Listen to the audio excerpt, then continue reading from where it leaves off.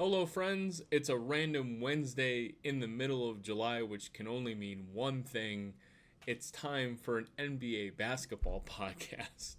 This is Salt City Hoops. We're going to run this one solo. I am Mark Pereira, and there's still some things to talk about. And notably for a rebuilding team like the Utah Jazz, we have some NBA Summer League action to recap. We'll talk about how all the players who are relevant for this roster performed, what can we be concerned about, what are we excited about, and then we're going to do a little Jordan Clarkson uh, trip down memory lane, if you will, to talk about some of the great things that he did and maybe some little criticism along the way, perhaps. But I think as Jordan Clarkson's Utah Jazz career has come to a close, it's time we give him a little retrospective and give him his due credit on this here podcast. But first, let's talk about Summer League, because there's nothing about the Utah Jazz that isn't relevant except for the performance of these young players, right? Like how are we actually going to improve from being the worst team in the NBA besides Lauri Markkanen and a solid coach and Will Hardy? The only thing that's relevant for them besides those two is going to be how these prospects perform. And some big news that came out today, yesterday, 3 years ago, depending on when you're actually listening to this, the MVP of the Las Vegas Summer League, and this is actually a continuation of performance from his Salt Lake City Summer League as well, but the MVP is none other than Kyle Filipowski for the Utah Jazz. He only played 3 games. You can play a maximum of 6 games in NBA Summer League, and he only played 3 games in Las Vegas Summer League, but he averaged a Summer League leading 29 points per game, 56% from the field, 39% from 3. Shot 8 free throws a game at a 62% clip. Such a weird stat for him that he can be a 39% three-point shooter and still really struggles at the line. 7.5 rebounds, 2.5 assists. Just a delightful offensive performance in Summer League for Kyle Filipowski, and he gets MVP honors. I was actually very much banking on him not getting MVP because they usually give it to a player who has at least played like 4 or typically 5 games.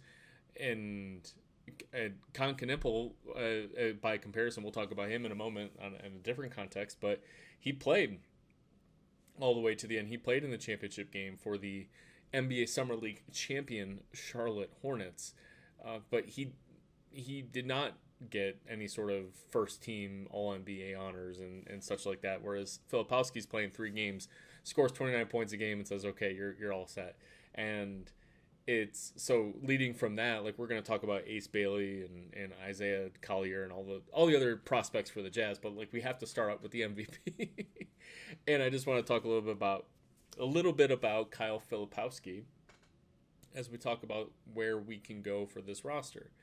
And make no mistake about it, Kyle Filipowski had a delightful Summer League performance. His Salt Lake City stats are no different that much from his Las Vegas performance. He played at fewer minutes, but playing alongside some other players like Brice Sensabaugh and Ace Bailey, his points per game were a little bit down, right? So he averaged 17 points a game versus the ridiculous 29, but he also just wasn't the focal point of the offense. Also, Walt Clayton only played in 1 Las Vegas Summer League game, so eventually as the games wore on in the 3 games, it just became the Kyle Filipowski show, right? And what was notable though is that as like the Jazz still have a lot of mouths to feed. I'm saying like, okay, Sensabaugh and Ace Bailey and such didn't play it in Salt Lake City and they didn't play in Las Vegas.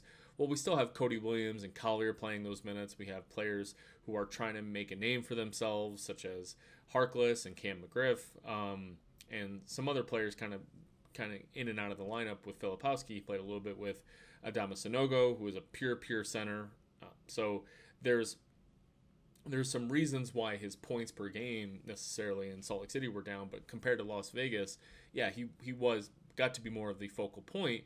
However, this was not just, hey, every trip down the floor, everything starts and ends with Kyle Filipowski. It often started and ended, at least started with Isaiah Collier or Max Asmus, who is player not worth discussing too much about, or Cody Williams. But the possession seemed to always find Filipowski at the end of the day, and not just because he was a vacuum for the basketball where the ball would end up in his hands and all of a sudden the possession died. It was always seemed to be in the flow of the offense, that he was getting a look from three that he was taking with 100% confidence, or he was just getting the ball against a mismatch or some sort of misappropriated switch, and he would get the ball in the basket very easily. So, like, he's shooting 56% from the field. Like, that is incredible. I don't have the true shooting numbers immediately in front of me, but, like, that, when you're shooting 39% from three and 56% from the field, the true shooting numbers are also going to be pretty incredible there. And he's shooting 7.5 threes per game in Las Vegas. This all gives him, again, not just first team all summer league, but MVP honors, these points. I just was incredibly impressed at his ability to just be the best offensive player on the floor for both sides, no matter what opponent he was playing in. I think the Jazz, they went 1-4 in summer league. They had a couple disappointing team performances, but I just can't blame Filipowski's offense for any part of that. Now, put things in a little bit of context as far as points per game. The second leading player on points per game was Drew Timme, right, for the Nets. I can't remember if he was a late second round pick or an undrafted guy out of Gonzaga, but he scored 25 points a game. That's 4 full points per game less than Filipowski, by the way. So there is something to that.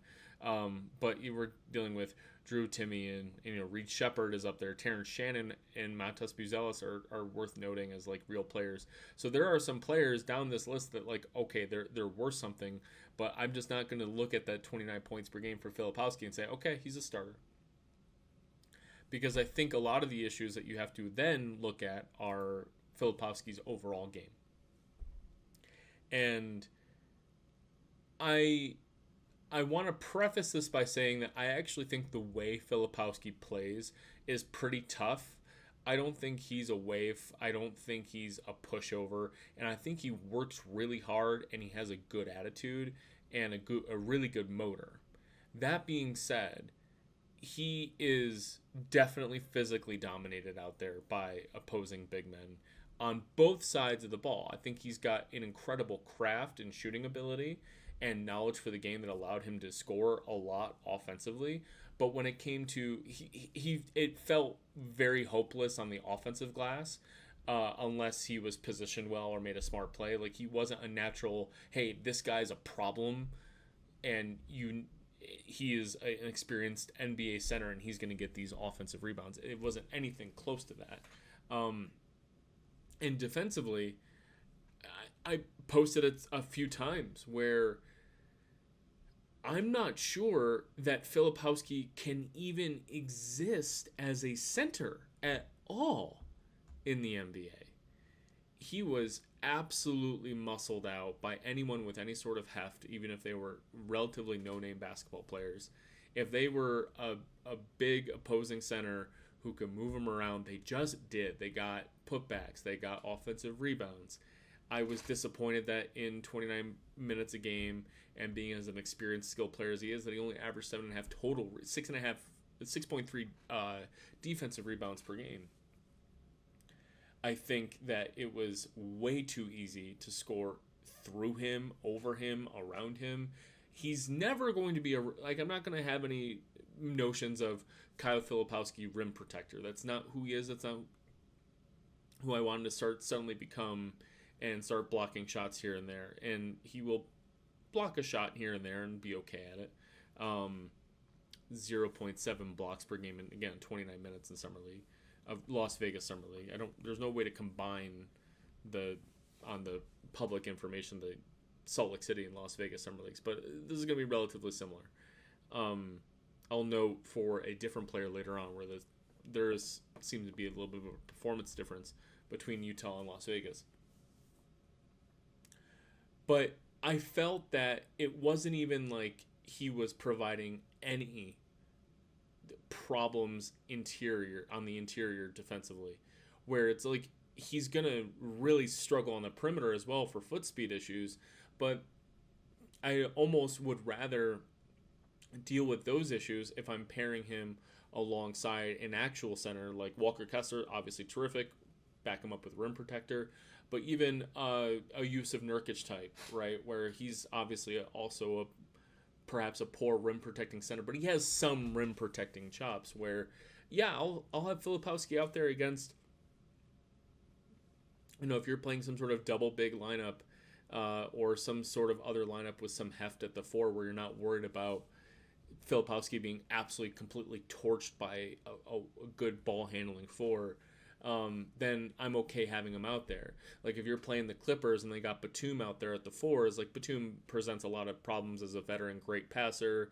He's not the type to totally whiz by you with his speed and guile and footwork and dribble moves or anything like that. Like Batum is like, and at his age is not exactly like curling around a shitload of screens either. Like Batum is the exact type of player that I'd be okay. Like if you have Batum and Ivica Zubats out there for the Clippers, like, yeah, okay, I'll match it up with Filipowski and Kessler. Like I don't really have necessarily a problem with that. He doesn't have the athleticism of a Markkanen to survive defensively against all kinds of lineups, but I see it being impossible at the 5 right now without a much higher degree of physicality. As I said at the start, I think he is well-intentioned on the physicality point. I don't think that he lets any sort of lack of strength or size or wingspan or whatever impugn his effort level, and is willing to he's very willing to mix it up. It's just a player of his archetype has got to put that mix up intention way to the ceiling, like way maxed out. Like he's got to be willing to muck it up every single time down the court. And it's possible with a much reduced role that he will have on this Jazz team and in his NBA career, that he can have a little bit more of that, like every single time I am on the defensive end in my limited minutes, my 10 to 25 minutes, whatever it is, like this is how I survive defensively in the NBA, is just being an asshole every single time down the court. And yeah, don't let the guy who's got 25 pounds on me or 6 inches on me completely eviscerate me on the glass, or take the ball through me and score it with ease. There has to be a little bit more resistance there. I think it was notable on a couple interviews defensively that Filipowski emphasized how much he needs to work on perimeter defense. And I'm not saying like, oh, of course the Jazz brass agree with me, but I think it's notable that they are suggesting like, hey, you're probably not going to be playing any center for the foreseeable future. We got Kessler, we got Nurkic, and sure, you're going to be playing some center, but the way you're going to be on the floor is if you can survive remotely out there as a 4. And we've seen this with this kind of iteration of these horrible Jazz teams, of that some of the more quality lineups have involved some like a triple big situation of Markkanen, Olynyk, and Kessler, or Markkanen, Collins, and Kessler. Filipowski is going to have to fill that Collins or Olynyk role as a forward who can kind of survive out there a little bit, because while Markkanen is very much a power forward, he can credibly survive against certain threes and small forwards in the NBA. So I think you're going to want Filipowski out there at the 4. At least at this juncture. I think like in order for him to be an overall successful player, like a starter level player, or like a high level reserve guy, probably not a starter, he has to be eligible to be played at the 5 without hemorrhaging points. However, whatever form that takes. But right now he gets on the floor not as a 5, because right now as a 5 you will be hemorrhaging points, whatever offensive benefit he gives you. I thought it was great to see him dominate offensively within the flow of the offense. I think his 3-point shooting was incredible. Really came a long way, and I just love his energy out there. I think he's got real mean streak to him, which is why I'm confident some of the defensive things will come along. So I'm glad he's on the Jazz. I just think we really, really have to slow our roll on projecting Filipowski as any sort of starter level player right now. He's a second round draft pick who projects as a fine quality backup with a slight edge of playoff level reserve trajectory. Very slight.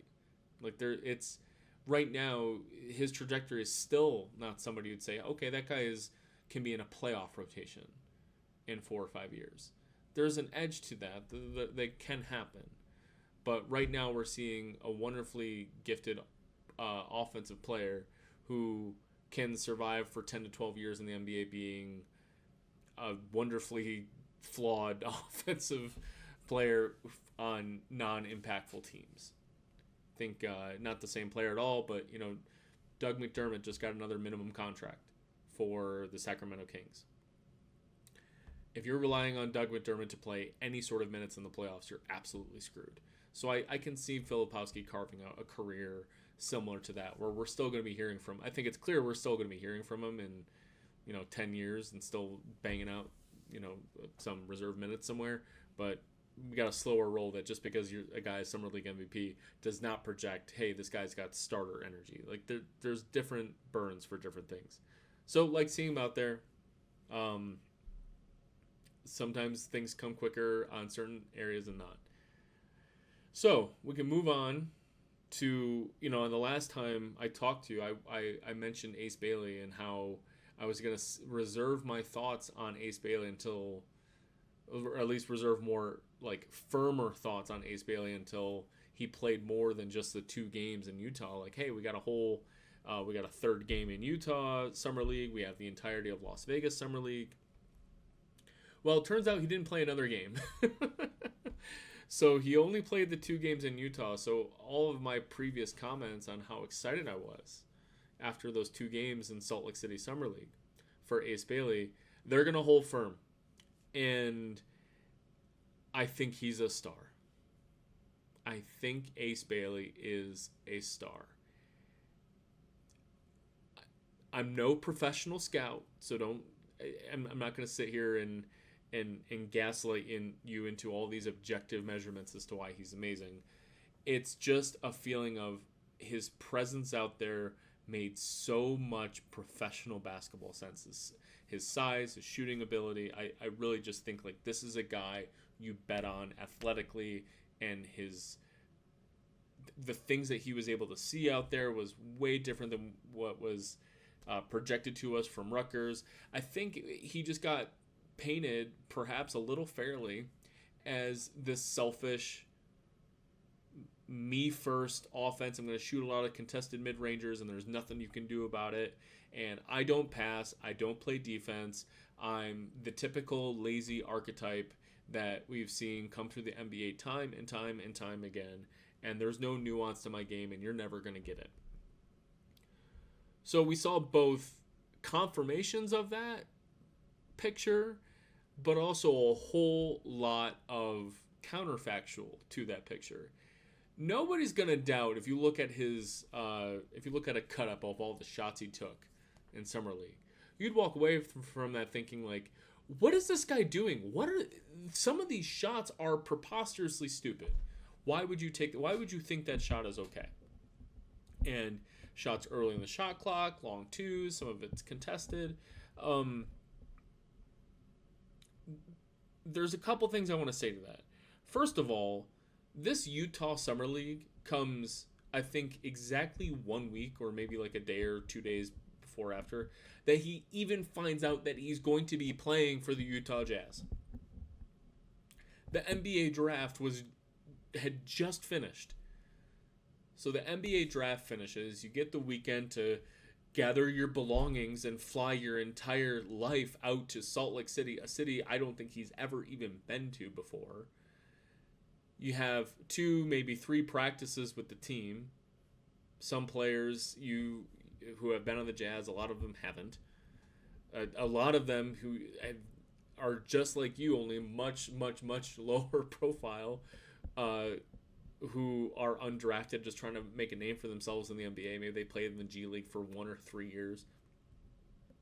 And you're coming in here and after a few practices, like, are you, like, Will Hardy's not coaching the Summer League team. Like, yeah, sure, he's in the room and whatever, making a point here or there. but this is being coached by assistant coaches. You really think that Ace Bailey's going to suddenly become a wildly different player than the player who was overtaxed and over relied on for the world's worst Rutgers supporting cast? Like, it was Dylan Harper, Ace Bailey, and like a bunch of basically mid-major, if that, type talent for Rutgers. So, in other words, the typical Rutgers basketball team. So I'm not looking at his habits that he carried over into the 2 summer league games he played and said, like, oh, that's who he is. He's just always going to be this mid-range selfish guy.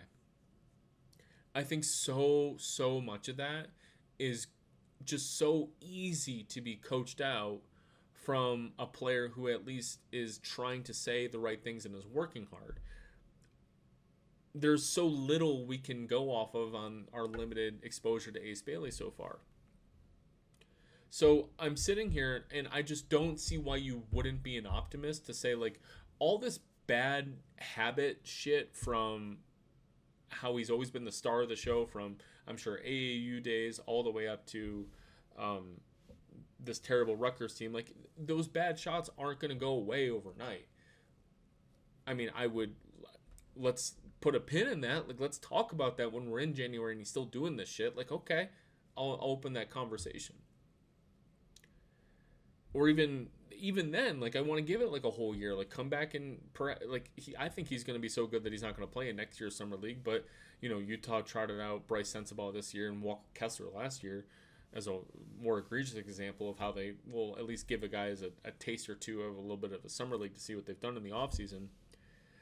But I have all this optimism that we're not going to see so many random mid-range shots that are contested or off schedule from the team, especially when he's playing alongside Lauri Markkanen and playing alongside experienced players that, this isn't your show anymore, that those shots will be eschewed from his game. I feel this confidence because of what I was mentioning is like the counterfactual evidence. I was billed a player in Ace Bailey before we started watching him as a player who just doesn't pass, can't dribble. He always has his head down. He's always looking for his own shot. He's getting set up by Dylan Harper all the time, and like, this is who he is. I'm not going to sit here and say like this guy was diming guys up left and right, but he had 4 assists over 2 games, and he had one beautiful pass right in the flow of the offense, a bounce pass to a cutting Cody Williams that drew a foul. I think it was an and one too. Maybe it wasn't. I think Cody Williams missed the layup because that seems like a Cody Williams thing to do. But anyways, Ace Bailey was looking for guys out there moving the offense. Even if he wasn't like directly getting assists, I thought that as soon as the ball got to him, it wasn't like, okay, the ball touched Ace Bailey's hands, it's going to be a shot or the ball's going to be stuck. There were a few times where the ball would get stuck with him a little bit, like, hey, what do I do with the ball next? I know what I can do. I can shoot. I can dribble 1 or 2 times and shoot. But there were so many times that it really felt like the offense was flowing just fine with him being out there. And there were additional signs that this guy has an overall team positive impact. He had an incredible block where he got to the top of the square and blocked it off the backboard. I think it was, I can't remember if it was on VJ Edgecombe in the Philadelphia game or against a different opponent, but it was an impressive defensive play that was 100% effort based.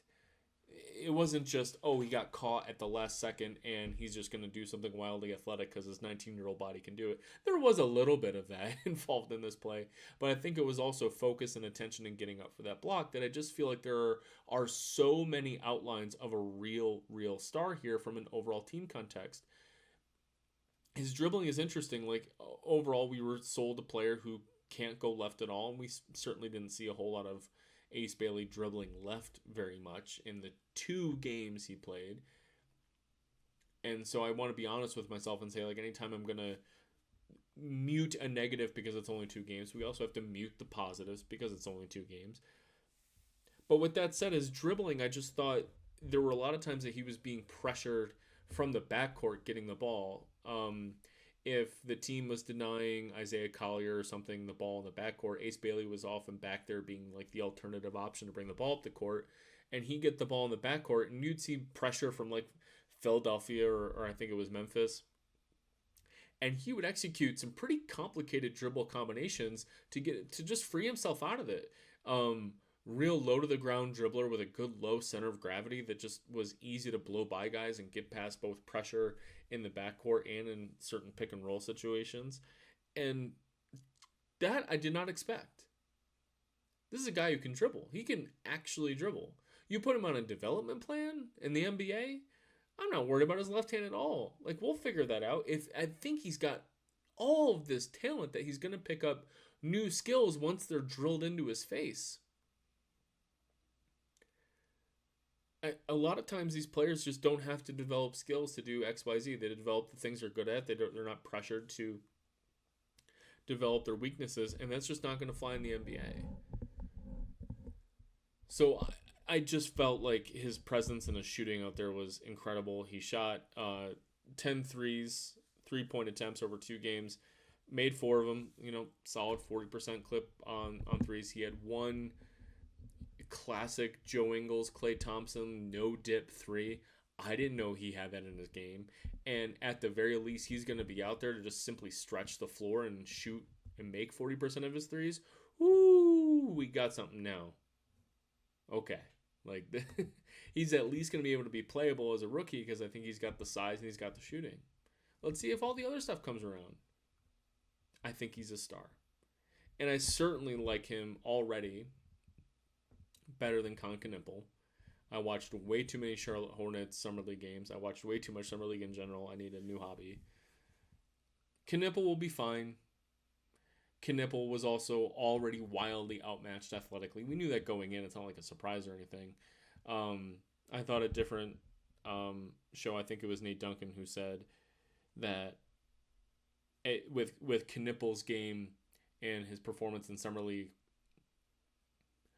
if you were against Knippel going into the draft, you got a lot of confirmation that he didn't do those things very well, like athletically and defensively or whatever. And then if you were pro Con Knippel before the draft, you guys saw all the things that confirmed that bias as well. But so with that in mind, I just wasn't very impressed with him at all, and I'm just so thrilled that Ace Bailey, a player who has way, way, way higher all-star potential, has fallen to Utah.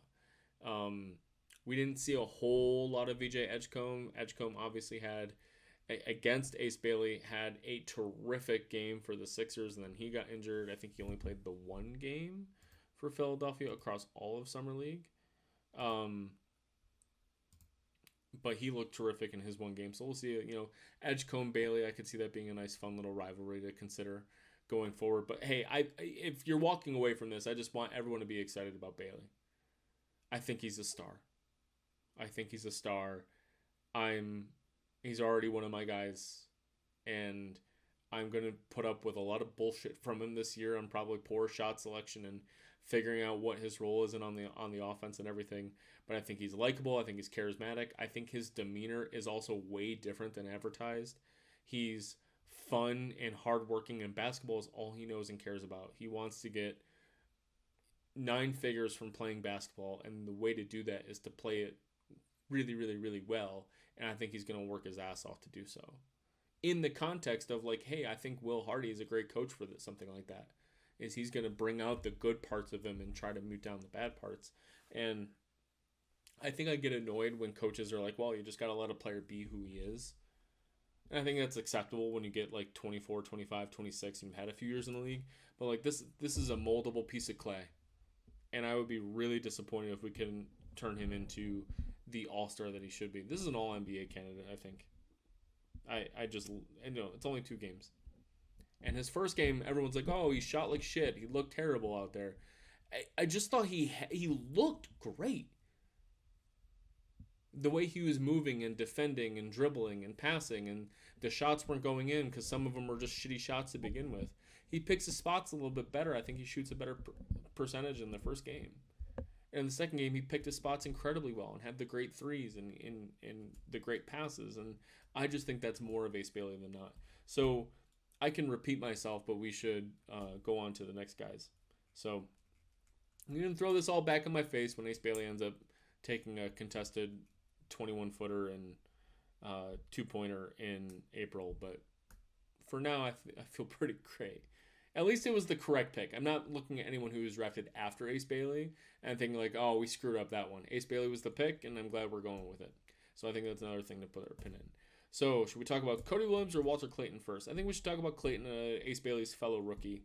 So the book on Clayton, Walt Clayton Jr., is older rookie, played for a few years, and he can shoot the ever-loving daylights out of the ball from three and make difficult shots. He's 6'2", so he's very much on the smaller side. Maybe has some issues athletically as far as blowing by guys or defensively or what have you. So what did we see in Summer League? So I think in the context of Walt Clayton,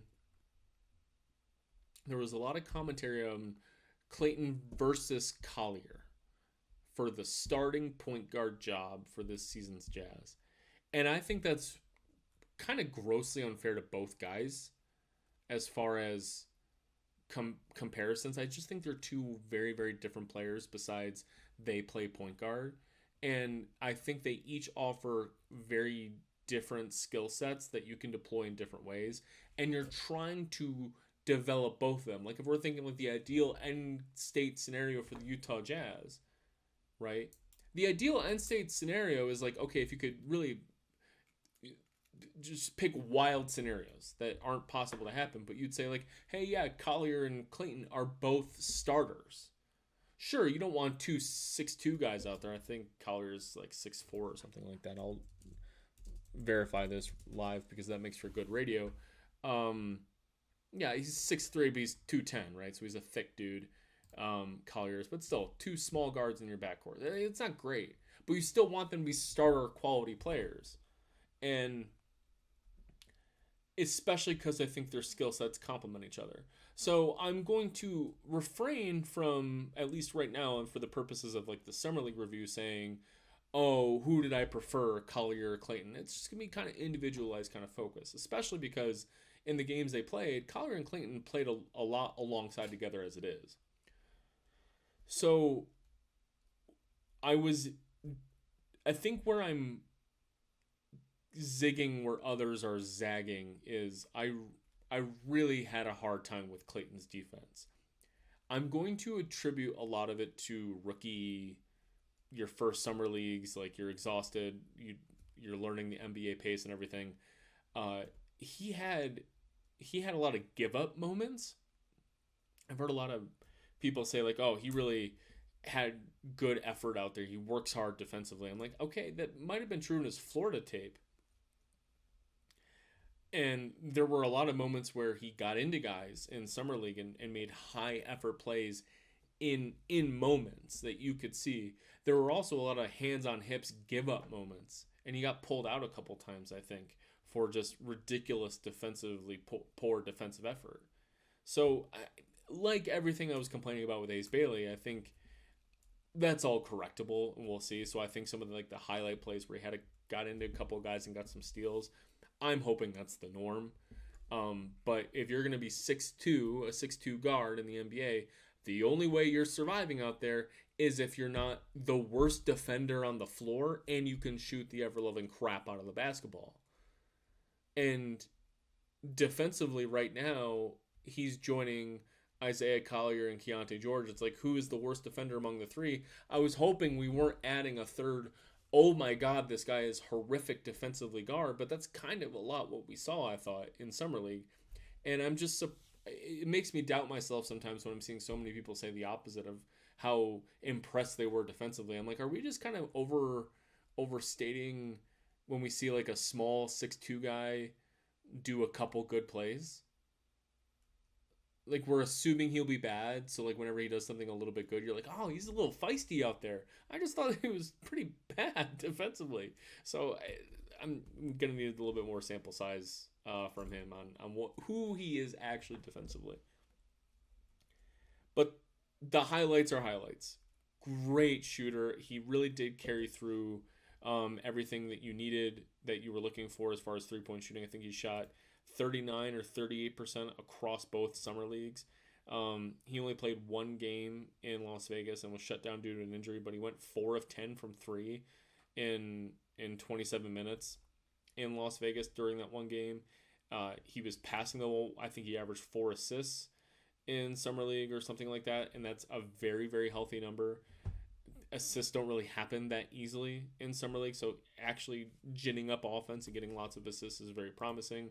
So it was interesting for Utah to move up to get a player like this, because moving up, you're thinking, hey, this guy is starter level qualities that we need to invest additional draft capital to move up 3 spots to draft him. And I still didn't really see that from the summer league performance. I saw a nice player who looks like kind of like Filipowski, where I'm sitting here going like, yeah, you know what, we're probably going to hear from Walt Clayton for about 10 years. Like, we saw a real NBA player in summer league, and I think drafting a player like that in the late teens is a worthwhile draft pick. Right, getting any sort of rotation level player in the late teens is actually kind of a good hit. When you're spending additional draft capital to get like 3rd, 4th guard-ish level quality, okay, like that's where I'm going to kind of doubt exactly the price that was paid to get Walt Clayton. That being said, I think he has a very firm floor as a good shooting rotation bench guard. I'm thinking Patty Mills. I'm thinking Seth Curry. These are players who have had significant stretches of their career where they were highly useful players. And there's an edge there for Clayton for sure. I think this is a guaranteed useful player out there. If he becomes more lead guard style, yeah, I would see him being like, you are entrenched as a starting number 1 point guard in the NBA. If he doesn't have that super passing, like if he doesn't become a B+ level passer, yeah, like come on, like this is a 3rd or 4th guard that can shoot really well, bring him off the bench. You have to deploy him selectively because of his defensive and size limitations. And because of those rotational constrictions you have around a player like that, it makes him a little less useful. Like anytime a player has significant restrictions on who they can be, that constrains what kind of team you can build. And why a player like Lauri Markkanen is so fucking valuable, and why I insist that Utah trading him is preposterous at this stage, is because you can build a lot around him. And you see the difficulties in building around. We've already went through the difficulties around building around a player like Rudy Gobert. Is like you have to build a specific team around him that makes sense.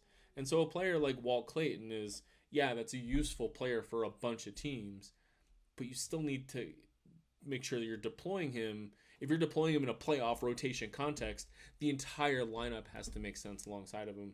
And Utah certainly doesn't have that now. It's not like they're supposed to. They're a bad team right now. But that's the kind of thing I'm looking forward to. This year, what I'm looking forward to after watching a summer league, yeah, I want a 38% shooter, guys. That's probably not going to happen. He's probably going to shoot more like 35, 36% as a rookie. But he showed amazing shooting touch in summer league.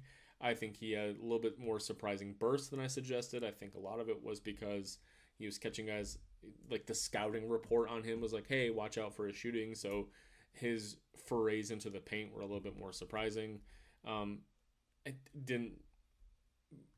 Wasn't impressed at all by any sort of like rim finishing ability, but that will come. So it's a nice draft pick. I'm happy they drafted him. I don't really have strong opinions on who the Utah could have or should have drafted instead, so I'm happy he's a Jazz man. Gonna need to see a little bit more things to impress me as like, hey, this guy could be a starter someday, I think. I will still continue to punt Cody Williams because I mentioned Isaiah Collier, and I think even though I do think it's unfair to compare the two or compete for a starting job, it makes for a natural, kind of conversation discussion as I'm talking to you about these players to bring up Isaiah Collier. And like Walt Clayton, I feel like I'm taking crazy pills that I have these wildly different opinions of Collier than I think most other people. It seems like I'm lower on Clayton than consensus, and I mean that literally. It seems like consensus is infatuated with Clayton right now, and consensus is highly disappointed in Collier. And I walked away from Summer League. I wouldn't say impressed is the right word because there was a lot of things Collier did to really piss me off all Summer League. But I walked away from it seeing like, hey, this is a vastly improved basketball player from last year. And we're saying like, oh, he can't shoot, he can't shoot, he can't shoot. And yes, he's only shooting 31% from three, and this is kind of a real big problem for him right now. But as I think about point guard being like the toughest position and the longest learning curve in the NBA, I'm just seeing a player who can do all of the NBA level point guard stuff as far as passing and running pick and roll that you need right now. And I see much firmer paths to starterdom, not stardom, but starterdom for Collier than I do Clayton right now, if only because the A-level skill of running an offense and passing is just going to be coveted for someone of his size. Then I know shooting is a premium in the NBA, but just like, okay, he's a shooter, but he's 6'2". So like what that can be more difficult to deploy. And a Collier can very much find himself on the bench and not getting any minutes because he can't shoot in the same juncture. He's making passes that very, very, very few players see, let alone attempt. And I think that vision will pay dividends as he learns what he can get away with and what he can't get away with. As I mentioned all through the regular season last year, anyone who will listen to me will remember this refrain. I wasn't mad at the Jazz losing. And in some nights, I kind of excused the relative effort level by the team. But what really just buries your head into your hands and what made last year such a difficult watch is the real preposterously stupid turnovers, dribbling off your foot, just staring directly at a defender and throwing it to him like a bad backup quarterback in the NFL or something. Just turnovers that are brainless. And I think Collier's biggest bugaboo right now is not his shooting, but for all of his brilliance on his ability to pass, it's the sheer quantity of real bonehead plays that are immediately lead to turnovers. He was still doing those things in Summer League this year. And that's what really made me just really grinded my gears. Like, you are supposed to be a second-year NBA player in Summer League. You need to be controlling yourself. You need to be controlling the action here. By the way, he shot 44% from the free throw line in Las Vegas Summer League. What did he shoot in Salt Lake City here? Yeah, 50% from the free throw line in Salt Lake City and 44% from the line in Las Vegas. That's not alarming at all.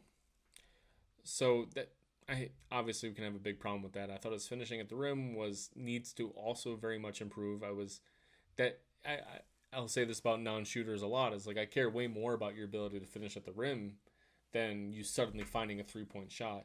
And his finishing at the rim isn't quite there yet either. Do you like the amount of free throws he was drawing? Like, I think he's getting better at drawing contact and getting to the line. And I don't think he avoids contact because of his free throw shooting or anything like that. So I think there's a real offensive player here. He doesn't put up with any shit defensively. I think he will be much improved defensively this year than last year, based on what we saw in Summer League. But again, some of those bonehead effort things, it's going to rear their ugly head on defense as well. So I think Collier's a brilliant player. I walked away from Summer League thinking he's still got that professional point guard edge that I can't wait to see more of. And I'm just not as concerned about the non-shooting and bonehead play aspects, because I think that stuff can round itself out over time if you're starting at this floor of basketball intelligence. We'll see, of course. All of the stuff is we'll see. But I liked watching him. And I think a lot of people didn't. And that's what I'm surprised about. The one play I think worth mentioning for Collier is he had this beautiful cut off the ball, gets the ball right at the free throw line or something like that, and there are zero people in front of him. He has a wide open lane to the rim. But I think it was a design play, and I can't remember if it was after a timeout or something, but it was a design play where the expectation is he's going to get the ball, take a dribble, and whip it to the corner for a corner 3-point shooter who is coming off a separate screen. And sure enough, that corner 3-point shooter, I think it was Cody Williams actually, was wide open, and it was an easy 3-pointer for them to take. But Collier had nobody in front of him at the rim. So he just he gets the ball off the cut, takes a dribble, and he never even pretends to look at the rim.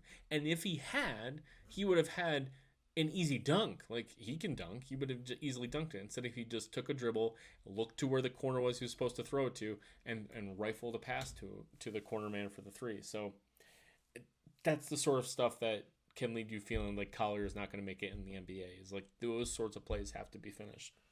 The difference between a rotation point guard and Ben Simmons.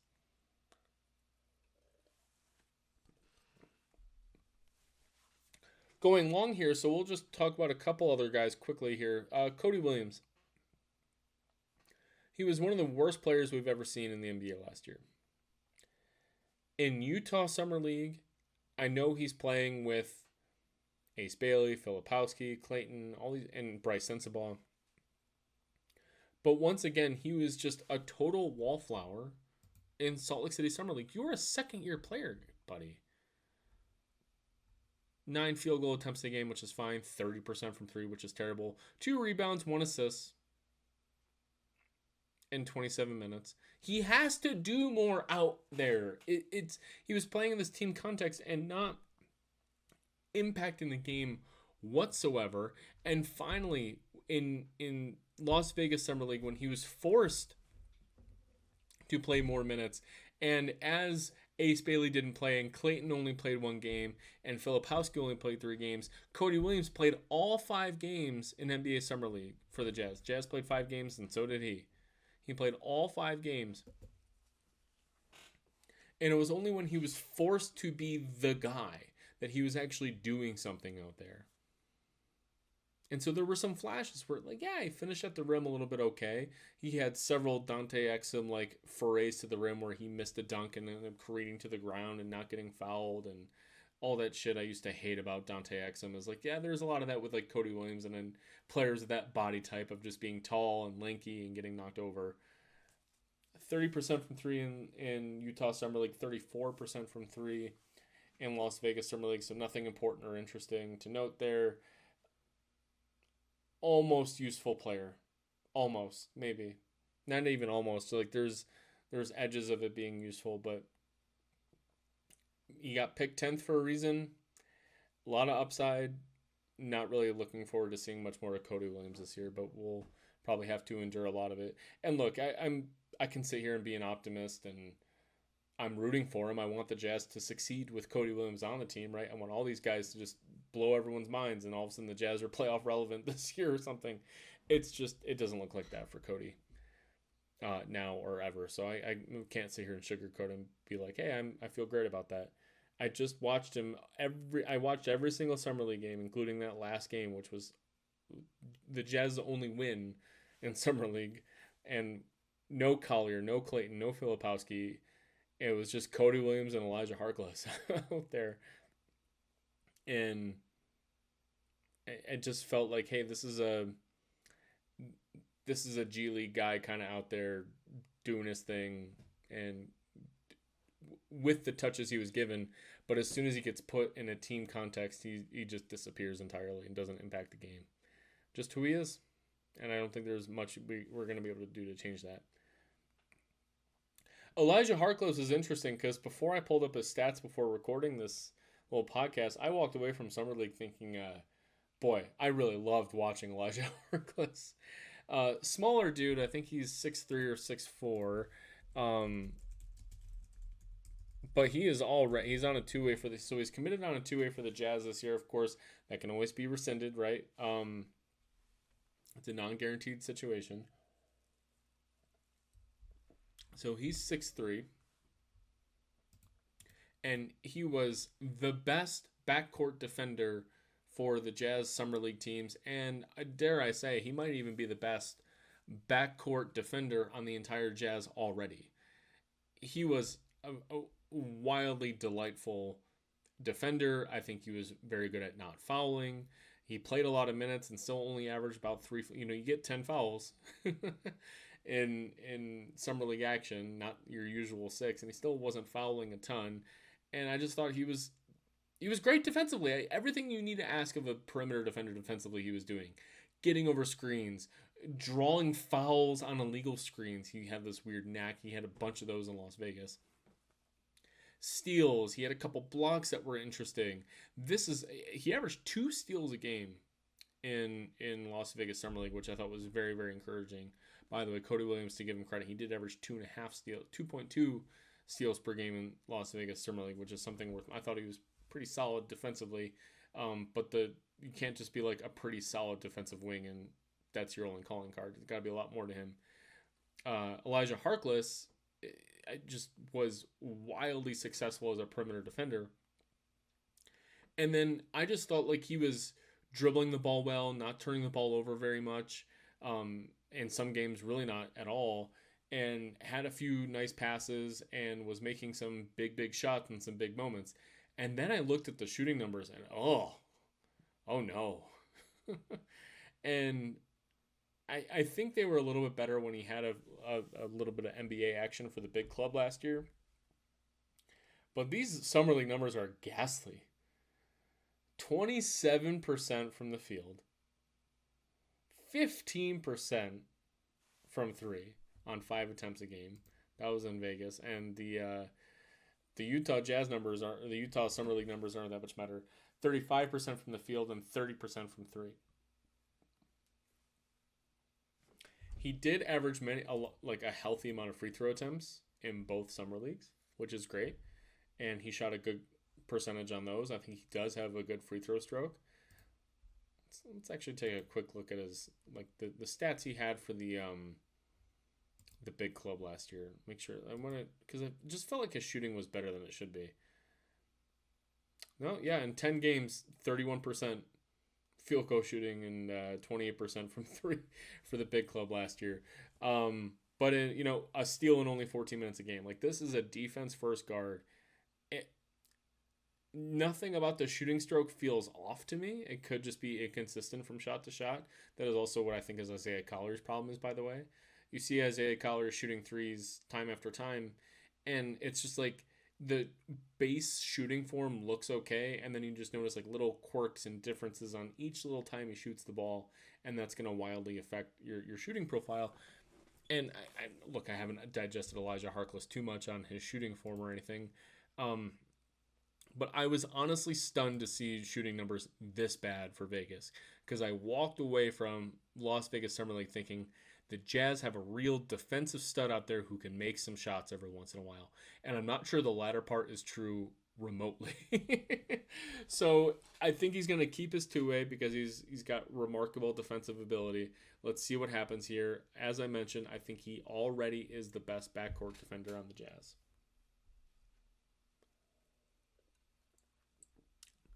Real quick hits on Brice Sensabaugh and Tonje. So Tonje was injured for all of Utah Summer League.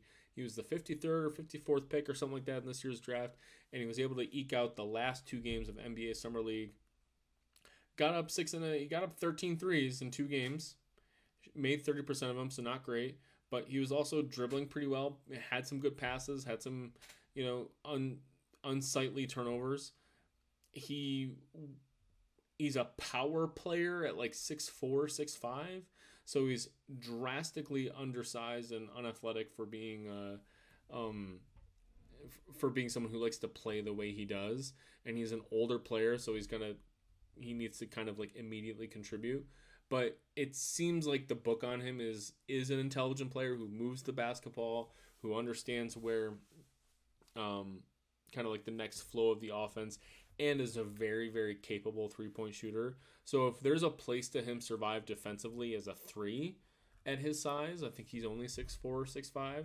Like if there's a way that he can play the three credibly, then the book on him has a little bit higher trajectory. But as a two, it feels like he's probably a little bit too slow to defend opposing two guards. So we'll see the book on him as it gets written.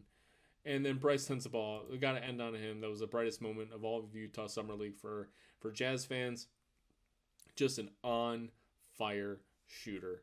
Towards the, from January on, I started to really, really change my tune on Sensabaugh from being completely out on Sensabaugh to, okay, we might actually have a rotation player here, because his perimeter shooting was terrific to end last regular season. And, oh, yeah, he just comes in and he shoots 11 of 17 from three in the 2 games he played in Utah Summer League. That's 65%, right? So small sample size, but he was on fire, right? Like he made 11 threes in 2 games. That's pretty awesome. He was definitively the best offensive player on the floor when he was playing.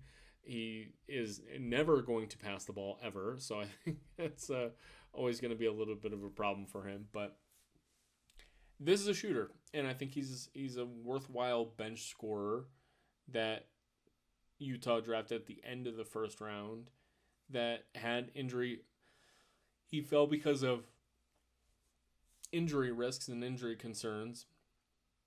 But I think there's a real NBA level offensive scorer here, and he's like the guard version of Filipowski, where he's pretty useless defensively and doesn't really have a place to be because of his weird combination of poor size but also very slow foot speed.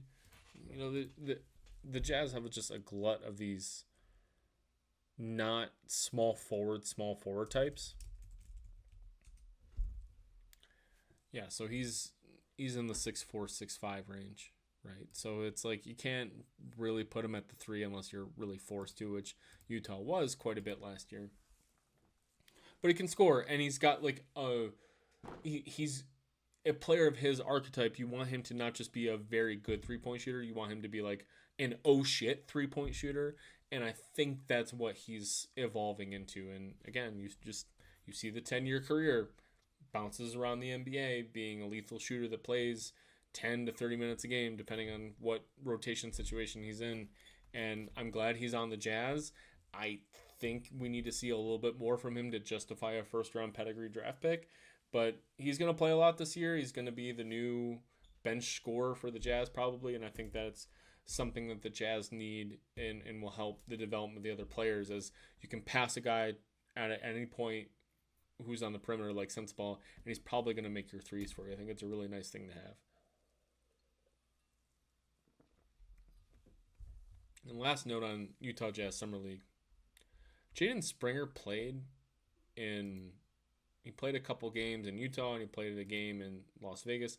He's on a non-guarantee for this year, and he did have a portion of his guarantee picked up, I think, or maybe he has a portion of his contract guaranteed at the end of July here. So just unclear what they're doing with Jaden Springer right now. He didn't inspire. There's nothing worth writing home about Jaden Springer's Summer League performance, but I do think it's notable he played and only played a little, and there's this non-guarantee kind of hanging out there for him. So who knows what Utah's plans are for Jaden Springer. And that is the most that Jaden Springer has been brought up by any podcast in the month of July. So I hope you're as excited as I am about these players. Now that I'm thinking about it, I was probably very, very critical of a lot of these guys. Look, nobody has the pedigree that Ace Bailey does. So all these players at their draft position are already coming in from a place of, oh, they have a flaw here, they have a flaw there. And the way for these types of players to become NBA stars is to round out the negatives or even turn them into positives, which has happened in the NBA quite a bit. And how these players do become stars is like, hey, a poor shooter becomes a great shooter. So you have to realize that where these players are being drafted, the Jazz have all these quality young players, but they all have significant flaws, or else they'll be high lottery picks. Even Cody Williams being drafted where he was, it's like, okay, there's a whole lot he can't do, or we're not sure how he's going to become a star. So we're just kind of bet that he can become a useful 3-and-D guy, and we have to draft him in the lottery to do so because it's a poor draft and there's not a lot of potential elsewhere and whatever. Also, Cody Williams does look a whole lot bigger. There are a lot of comments that he looks the same. Look, if you look at Cody Williams from last year to this year, you can tell the difference. I think you're crazy if you can't see how he's not Taylor Hendricks bulked up like that, but I think he's definitely bigger. So all these guys have flaws, and it'll take time for them to round out. And a big decision you have to make as you're building a team is, are these flaws worth giving that, like, what does the extension look like when you have to give it to them in the summer that they're owed it? After a couple years in the NBA, and you have to decide, like, hey, what does the next rookie extension look like? Or do you go to restricted free agency? And are you betting that are you as an organization confident in betting on rounding out those flaws or turning these flawed players into all-stars or starters or quality playoff rotation pieces? Or do you want another team to take that chance? And that's kind of my angle of analyzing this in Summer League. Is like, I'm wildly impressed with a guy like Kyle Filipowski. I enjoyed watching him in Summer League. Gave me something fun to cheer for in the middle of July. But what are we really doing here? Like, what is his actual path to the next relevant Jazz team? And that's why I'm being a little bit more critical of these things of, like, yeah, look, we had some fun, or you did a couple great things, and can see the nice things you did, or the things you brought over from college, or whatever. But what does the trajectory now actually look like? Now that I've seen you dribble a basketball a little bit, what does the trajectory actually look like?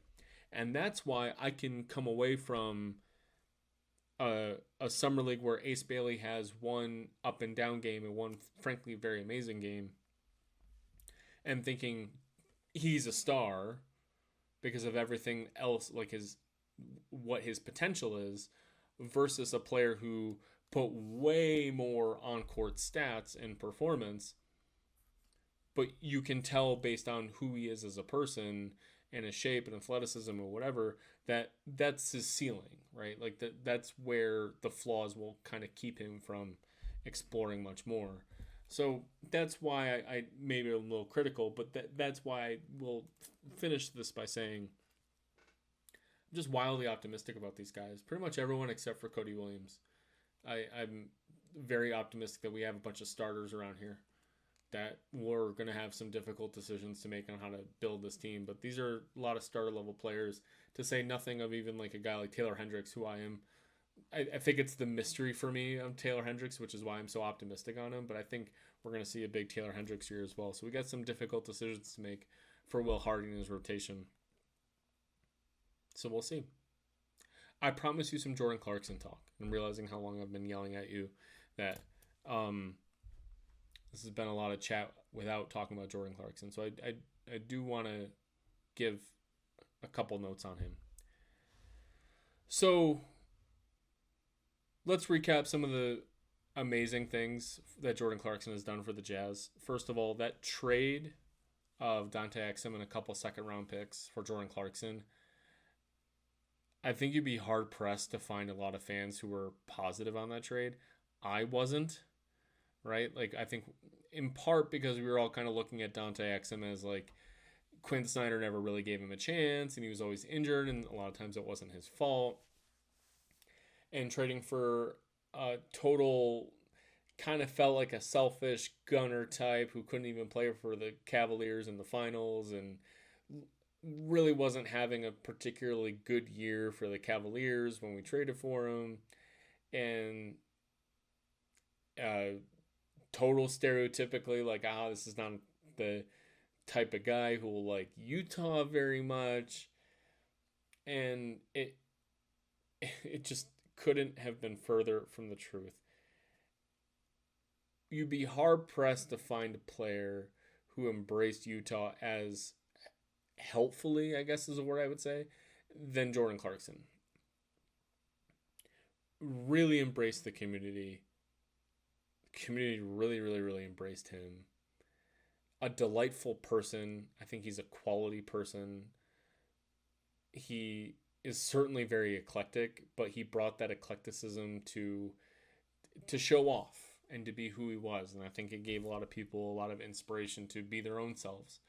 And I really, really, really love having that type of personality around a team that for historically has been kind of a stiff team, right? Going back to everything we loved about the Jerry Sloan Jazz and those types of players is like Jazz are kind of real stiff and stodgy and whatever, and just having a player with verve and energy and a unique flair that no other Jazz player will ever be able to replicate, but also in a welcoming, loving way and not like some sort of causing problems on the team way, like as a complete inverse example, like a Dennis Rodman type, right? Like, oh, getting in trouble with the law and doing weird things and skipping team practices and whatever. It's like, okay, that's not who Jordan Clarkson is. Just a terrific human. And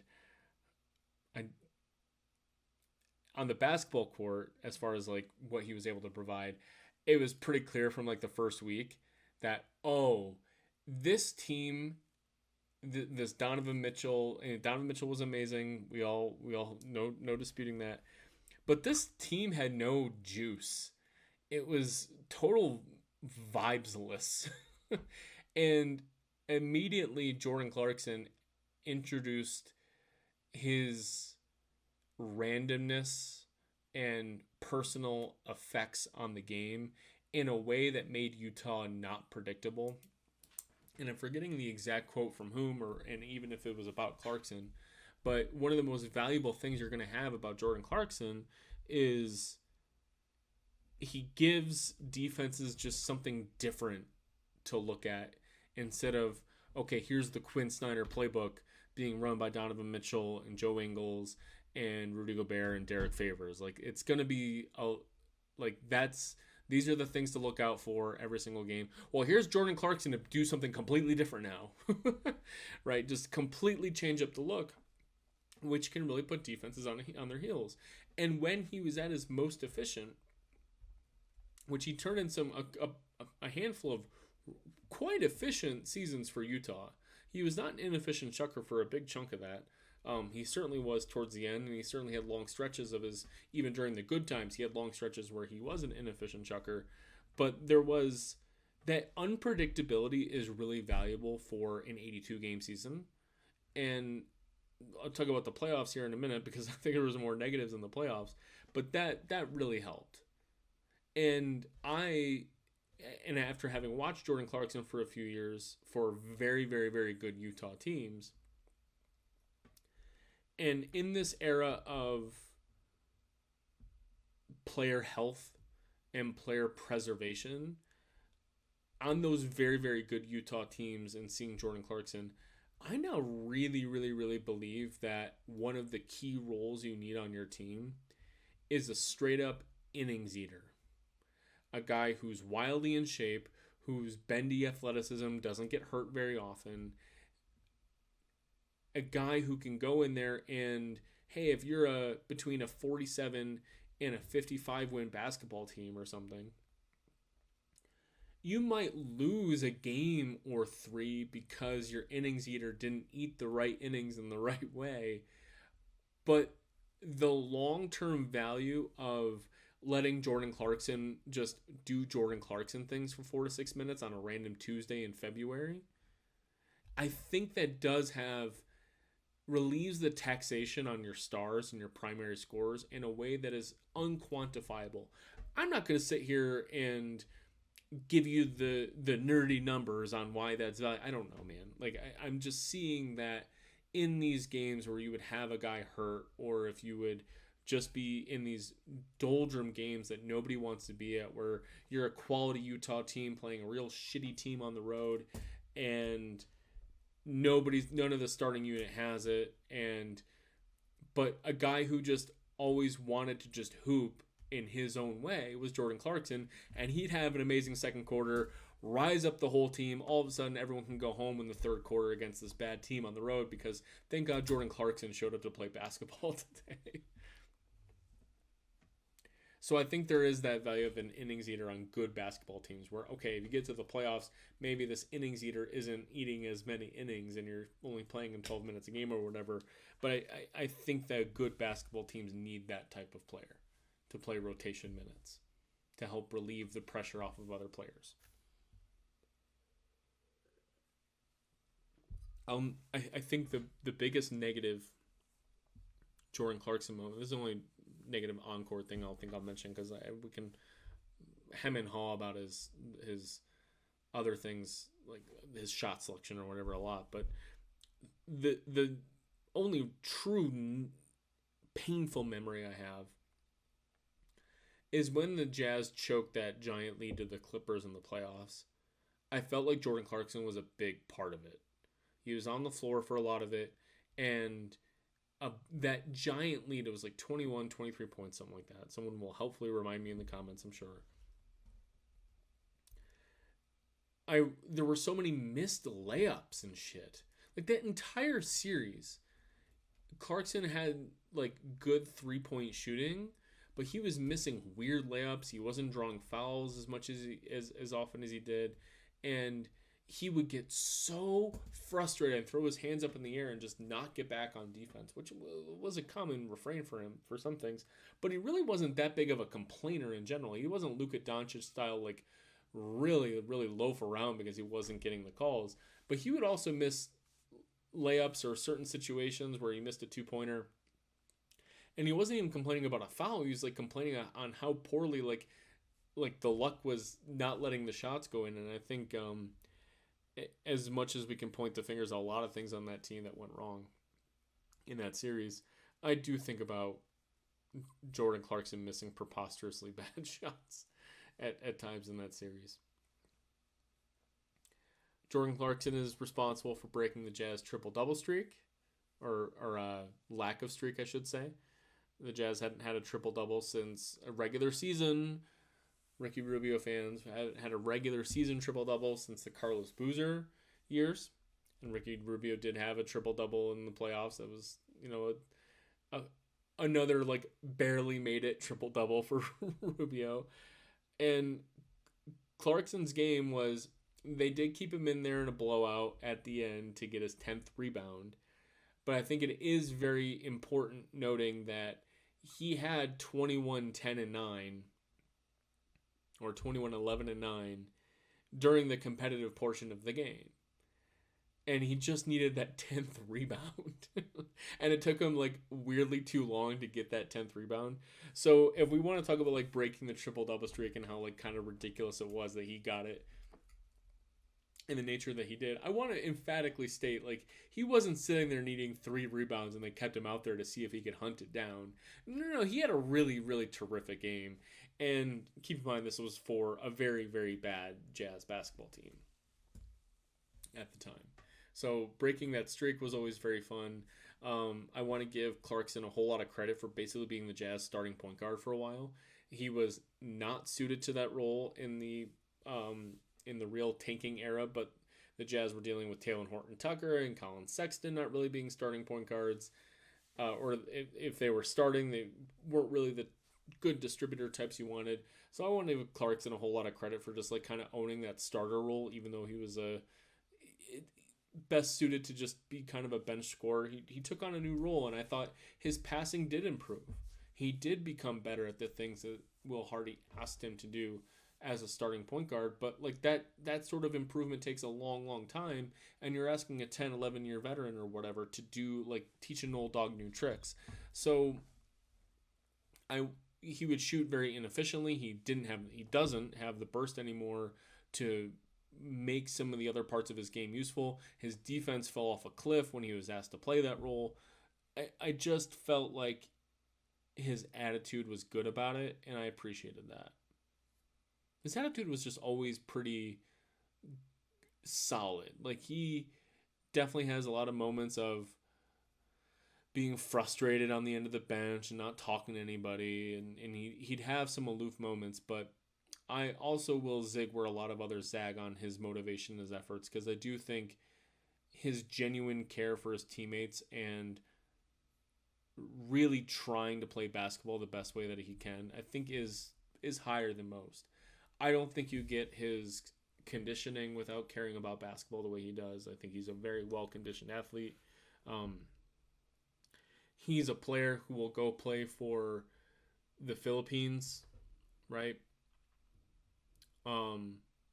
And those Philippines basketball teams, they're not winning anything. He's doing it for the love of his own culture. He's doing it for the love of basketball.